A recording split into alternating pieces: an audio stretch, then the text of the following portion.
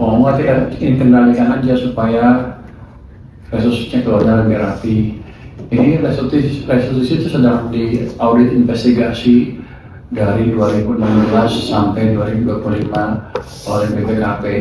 Saya minta di audit dengan betul supaya kita tidak kecolongan, apalagi di industri batubara.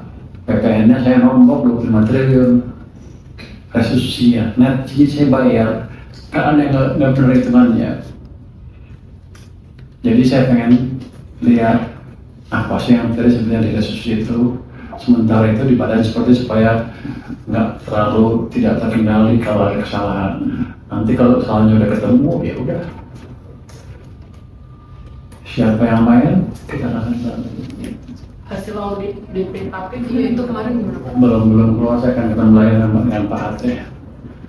Tapi gini, saya serius banget dengan restitusi itu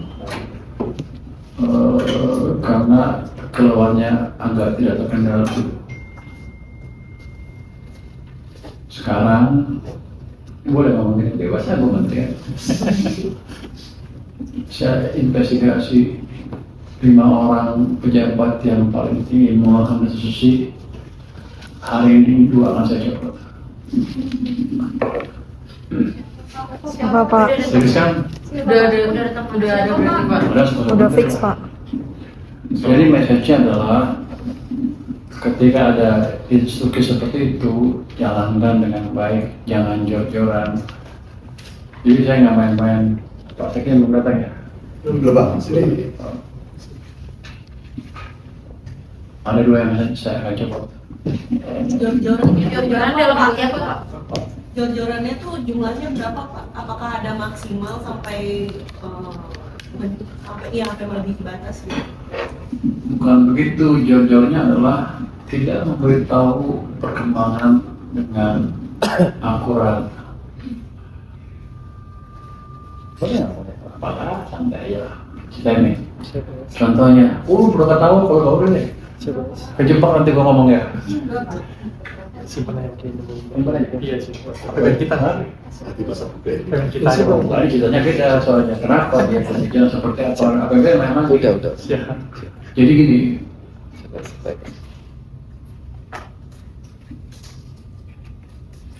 tahun lalu saya salah menebak total restitusi yang keluar. Padahal di rapat sudah saya tanyakan berapa sih potensinya. Mereka bilang sedikit. Mereka tuh staf saya. Di akhir tahun saya baru tahu keluarnya berkali-kali lipat yang mereka sebutkan. Jadi itu yang kita perbaiki, jangan sampai ada soal informasi lagi. Salah berapa? Tadi. Berarti yang dilaporin sama stafnya Bapak ke Bapak nggak nyampe dengan benar dong Pak? Atau gimana?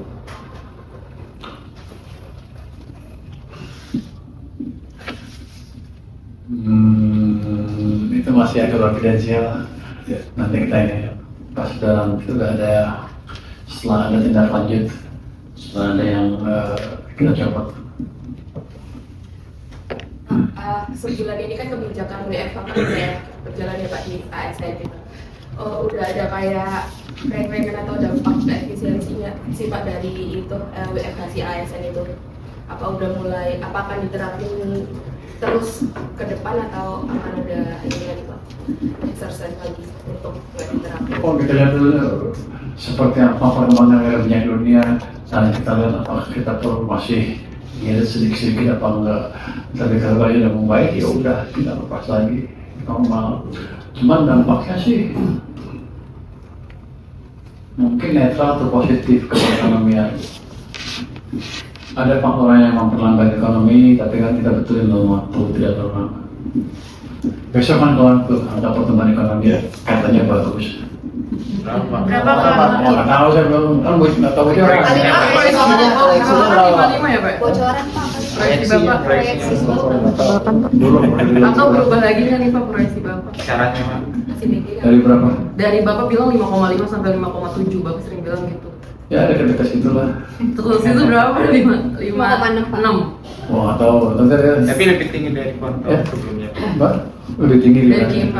Kan gini, kalau bisa kita tumbuh dalam keadaan seperti itu, walaupun let's say lambat sedikit atau lebih tinggi sedikit, mengingat kondisi global yang seperti ini, itu sudah prestasi yang luar biasa. Kalau dekat-dekat kita bisa kita batal pertimbangan deh. Kalau dekat-dekatan kayak prediksi. Itu pagi. Kenapa? Iya besok pagi bang, jam 11 tadi. Rabu. Harusnya, kalau saya lihat kondisi ekonomi sepertinya bagus ya kalau jalan-jalan keluar kemarin Senayan City penuh, mal-mal yang lain saya juga penuh pada belanja pada ini. Sepertinya sih ekonomi akan berlihat yang bagus. Terus di mana untuk mobil listrik juga kelihatannya kencang nggak naik ya. Mungkin kita akan pikirkan lagi nanti gimana sih insentif untuk mobil listrik dalam waktu dekat. Saya akan ketemu lagi dengan Menteri ya, Perindustrian. Berarti belum ketemu Pak. Udah teleponan. Nanti mau lihat lagi. Ketemunya besok kali. Ini detailnya masih berapa? Kita dorong cepat supaya let's say Minggu sekarang udah masuk ke sistem insentifnya. Pak, itu soal tragedi kereta, Pak Prabowo bilang ngasih 4 triliun. 4 triliun? Iya, itu dari APBN Pak, apa Dari anggaran mau bangun flyover katanya? Oh flyover. Untuk perbaikan titik-titik yang nggak ada palangnya, Pak. Maksudnya Oh dari nanti kan pos pasti mana, Pak? Ketapi yang bangun, PT Ketapi yang bangun ya. Nanti kita lihat dari dana antara apa dari kita. Saya masih tunggu pemerintah. Tapi uangnya ada, nggak usah takut. Oke. Pak, ya, belanja subsidi sampai Maret atau April gimana? Kan sampai Februari udah 51,5 triliun. Kan besok ada apa? APBN kita. APBN kita. Pak, dipastiin besok Besok. Selasa, Besok, Pak. Ntar Rabu, Pak. APBN kita maju. Besok Selasa. Selasa. Kan paginya ini Pak, BPS. BPS. Ya, BPS. Siangnya subsidi berapa? Biasanya Ada OJK juga, Pak. Ya biar aja nih kalau wartawan kita aja. Iya. biar gini, biar nggak kalau salah nggak ketahuan. Ketahuan. Nah kita lihat coba kita cocokin ya. Nanti harus sesuaikan deh. Anda ngomong dengan PRT, gimana sih aja mana? Nggak masuk saja ya. Aman Pak. Ngomong sama dia koordinasinya seperti apa? Pak, ini kan tambahan anggaran buat subsidi energi 90 sampai 100 triliun ya. Ini sebenarnya bisa dibilang cukup nggak sih Pak dengan rupiah yang terus melemah, terus juga ada minyak yang masih melatih ke Indonesia. Itu dengan asumsi rupiah seperti itu dihitungnya waktu itu. Masih Jadi, sama. jadi cukup. Nggak perlu ada tambahan lagi. Enggak. Kayak gue nggak boleh ngomong kita sekarang. Kita sudah antisipasi seperti itu, kan nggak mungkin kalau harga minyak pergerakan seperti itu tiba-tiba rupiah menguat atau stabil di bawah itu. Jadi kita udah ambil angka yang semestinya. Pak, ini mau mastiin aja Pak, ini ngelihat dari tadi ada Asosiasi Penambang Nikel Indonesia, dia bilang emang mau diskusiin PNBP, berarti memang nikel ini juga dikenain bea keluar, juga kabarnya katanya windfall tax juga Pak. Apa? Windfall tax nikel. Betul Pak. Oh ya nanti ada, tapi itu masih didiskusikan dengan Kementerian SDM. Saya terima aja pokoknya duitnya.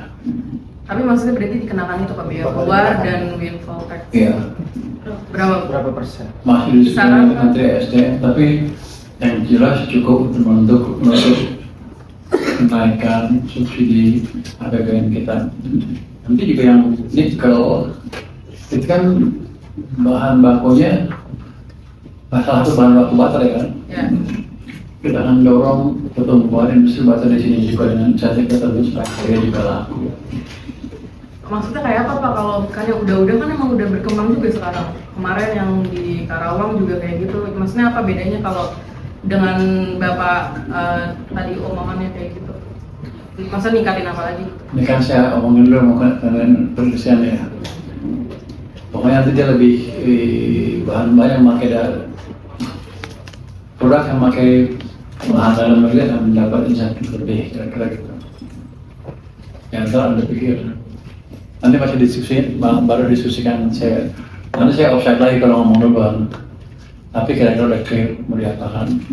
Ada komoditas lain yang juga dibutuhkan public protection ya, Selain batu bara nikel. Untuk sementara fokusnya situ. Kenapa batu bara nikel? Yang penting gini, selama ini kan kalau ekspor batu bara karena bukan karena pajaknya nol ya. Nggak ada pajaknya, nggak ada biaya keluar, biaya cukai nggak bisa periksa sebelum barangnya berangkat. Jadi kita under enforcing itu besar sekali. Ya boleh bilang kontrol kita.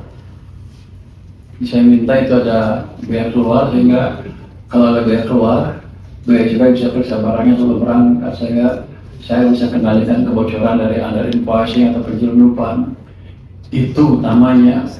Ya nanti biaya keluar itu tertentu, tapi utamanya adalah saya yang mengendalikan supaya under enforcing terkendali dan ekspor ilegal bisa dikendalikan. Itu yang dimau kan? Kalau tadi nikel masih